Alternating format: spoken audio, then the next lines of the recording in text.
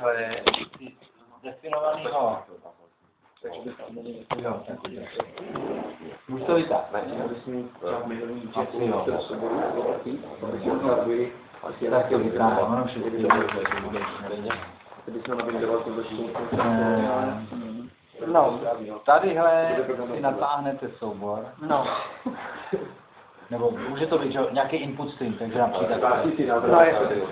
A potom, tak tady v podstatě vy akorát řeknete název vlastnosti a on vám vrátí hodnotu. Případně dole se podíváte zpět, dáte název vlastnosti a hodnotu, konec. No to jsem se snažil, jo, ale nějak mi to nefunguje. Nic jiného nepotřebujete.